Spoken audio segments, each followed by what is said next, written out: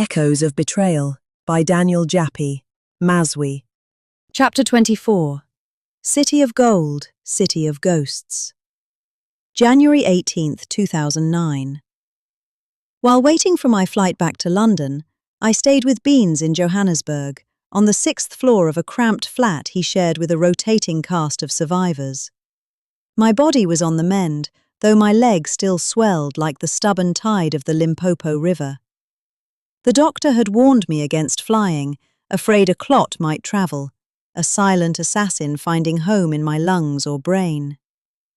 Ice and I discussed it over the phone, and he told Beans to delay my return. A few more weeks. A few more long days in a place that didn't breathe healing. Beans' one-bedroom flat had been reimagined into two by turning the lounge into a second bedroom. The kitchen was little more than a whisper of a space, open plan, barely functional. It was no place to heal. The air was thick with noise and exposure. Too many bodies, too little air. The risk of infection hung in the air like a shadow. Beans and I shared the original bedroom, a compromise. Better that than the chaos next door, where 3 married couples shared a single room. 3 men, 3 women. God alone knows how they found moments for intimacy.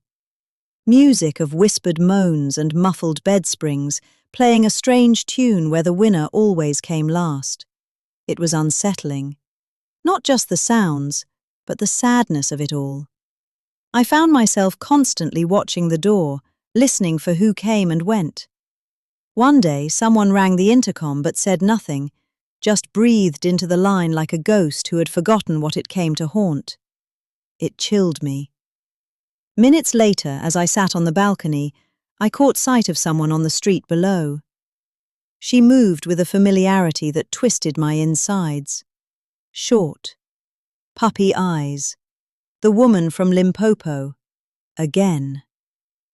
Soon after, Beans returned. I told him about the intercom and the woman.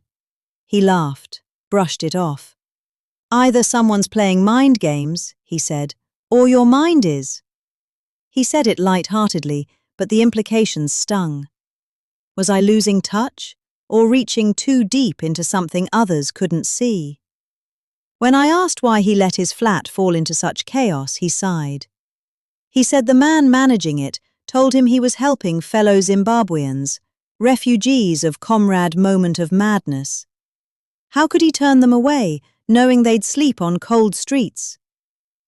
These are people I grew up with, he said. Husbands and wives who left children behind, chasing a threadbare dream in South Africa. He even blamed himself. He admitted that by taking one of the 2 rooms, he'd forced them into tighter quarters. Still, he hadn't asked me to share with them. He'd taken that burden instead. Most days, I sat on the balcony, my leg propped up, watching the city unfurl below. Johannesburg's skyscrapers pierced the sky like silver spears. The flat would be empty by morning. Everyone left, job or no job, searching for something, anything. Beans told me stories of the undocumented, hunted by corrupt South African police who demanded bribes or threatened deportation. Those who couldn't pay were herded like coal into the belly of goods trains and shipped back to Zimbabwe, to comrade moment of madness's burning circus. From that 6th floor perch, I admired the city of gold, as Beans called it. But even beauty can carry menace.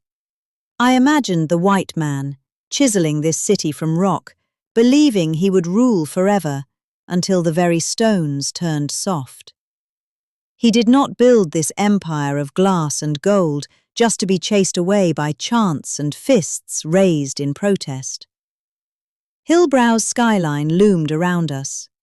Once whites only, it now breathed with black life, immigrants and locals reshaping the concrete.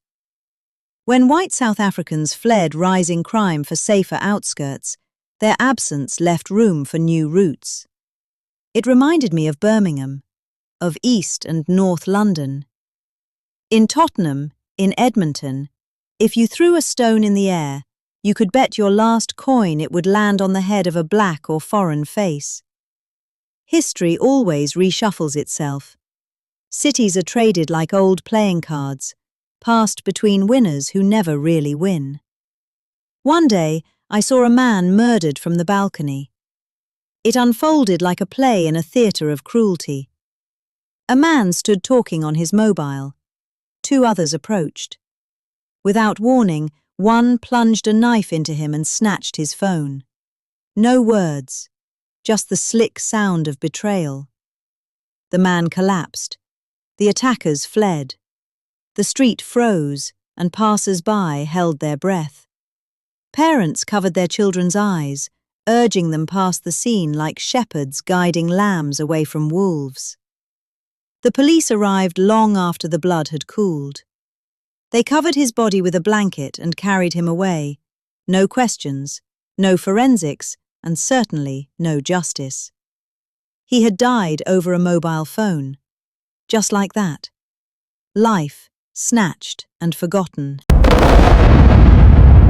Every betrayal leaves an echo.